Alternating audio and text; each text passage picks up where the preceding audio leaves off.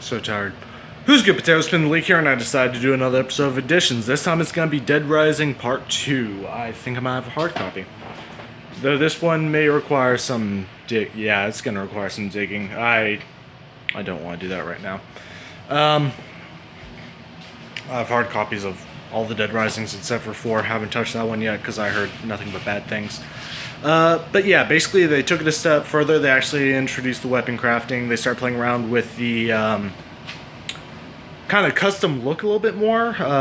Outfits and masks and such. It took it a little bit farther than the original Dead Rising did. How's the lighting here? Lighting here is not half bad. Creepy hallway. No one's going to come down at this time, I hope. Keep an eye on it. You never know what might pop out. But yeah, no, the weapon crafting was awesome. The game was fun. It revolved mostly around a time frame that involved you having to get medication for your daughter.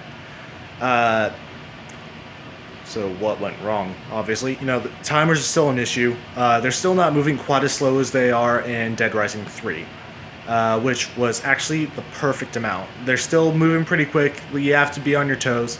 It's hard to prepare for something because, well, you have no idea what's going on. You step outside, suddenly there's a psychopath on a motorcycle, and you're completely and totally fucked because you don't have a schematic for, you know, some sort of badass vehicle. They'll cut them in half or some shit like that, so you're stuck running around with a broadsword and a couple of handguns. Honestly, what I would add to this,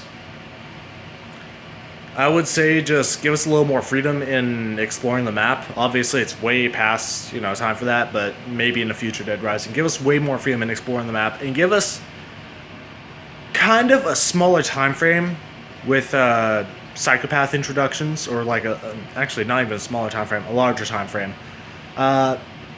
Like, let's say have mostly survivors the first 24 hours, and after that start introducing the psychopaths.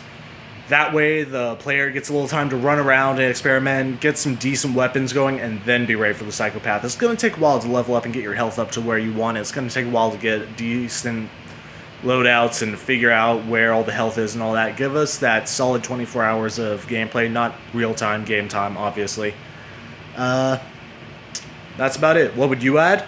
Do you have any ideas? Post them in the comments down below. Like, comment, subscribe. Keep on keeping on. I'll see you in the next edition's video or whatever I decide to do. Until then, whatever.